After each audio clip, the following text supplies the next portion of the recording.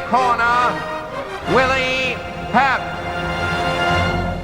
Spaghetti and meatballs killed more Italians than all the wars. I lived through 241 professional fights. 241 professional, plus 65 amateurs. That's an awful lot of fights. And I'm all right now until I hear a bell. Don't ring any bell. Willie's friend, Vinnie Donato. There's an old joke that he's been married 6 times. You know, if his horses were as fast as his woman, he'd be a millionaire today, but he hasn't got dime one. Boxing historian, Bert Sugar. He will tell you he has a refrigerator, a car, and a wife, and they're all working. Trainer, Angelo Dundee. He said, geez, my whole career I had bad hands. I couldn't understand it. He said, but then I realized the referee kept stepping on him. Sparring partner and friend, Billy Kearns. He'd say, look at that Billy Kearns. Look what I did for him. I made him good looking. I wore out 6 pair of gloves on his face. Look at him. Vinnie Donato. Tells a story about his wives. He says they're all good housekeepers. After the divorce, they all kept the houses. Willie's son, Billy Papaleo. So one time in the corner, the guy's saying, I want to fight Willie Pep. Damn it, I want to fight Willie Pep. And the trainer says, how many times I have to tell you, you are Willie Pep? Born 1922, raised in an unheated flat, his manager later renamed him, but his father, a Papaleo from Sicily, called him Guglielmo. It was on the streets of Hartford that the small boy discovered his grit, shining shoes and standing up to bullies. Vinnie Donato.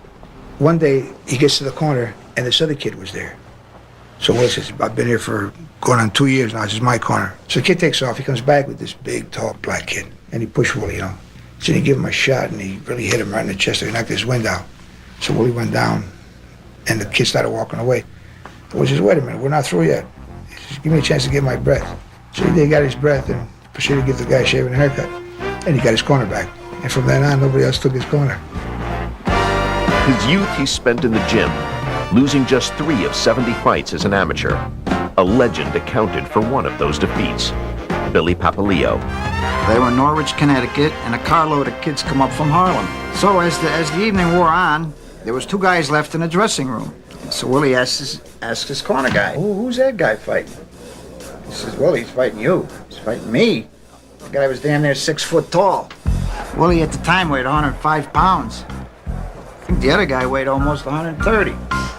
So they said, well, Willie, if he was any good, he wouldn't be fighting you. Turns out to be Sugar Ray Robinson. And Ray made a crack to my grandfather after the fight. He says, keep an eye on your boy. He's going to go places.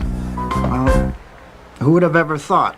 Both of them went places. Highly skilled, Pep was also well-schooled in cheap tricks by manager Lou Pascuzzi and trainer Bill Gore, who advocated a butt in a clinch and a foot on the toes. In 1942, age 20, he won the featherweight title, his record already 55-0. Pep beat the best of his day, and he became known as the Will of the Wisp. The words of writer Anthony Marenghi. He was poetry and rhythm, dancing and boxing pumps. His artistry challenged vision. He was unbelievable. Boxing historian Hank Kaplan. He had the most educated feet. He could parry punches.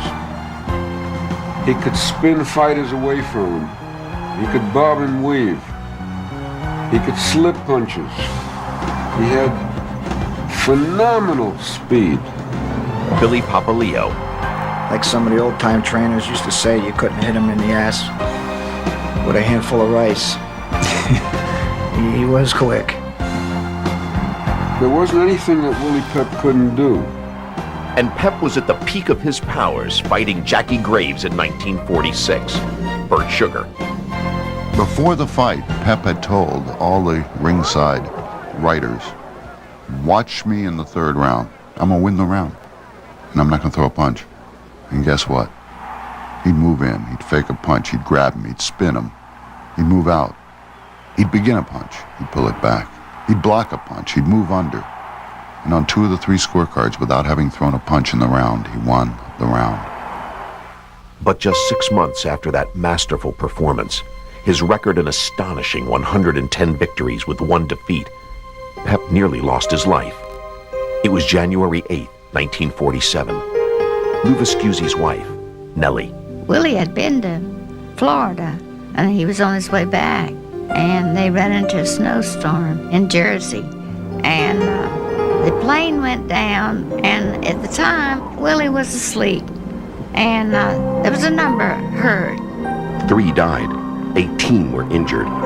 Billy Papaleo. So when the rescue workers were taking people out of the plane, they happened to notice one was Willie. So a guy says to his partner, "That's Willie Pep, he's the champ."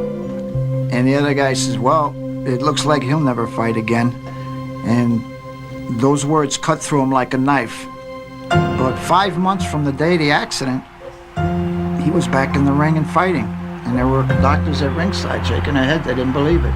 And he passed up a $500,000 settlement in order to fight again. He had been placed in a body cast, and the insurance policy would have paid up if the plane crash had resulted in the loss of his livelihood. But Pep would box another 19 years, another 131 bouts, including 4 legendary encounters, 4 street fights with Sandy Sadler. In their first meeting, Pep was dropped for the first time and finally knocked out in the 4th round. Some said he was finished. 3 months later, February 1949, 15 vicious rounds, but he took back the featherweight title. Sadler won the next 2, but Pep's courage was already burnished in many minds. Burt Sugar. It was outside of maybe Ben Hogan, the most unbelievable comeback from injury in the history of sports. Retiring in 1966 after a 26-year career, he had 230 victories, the most in boxing history.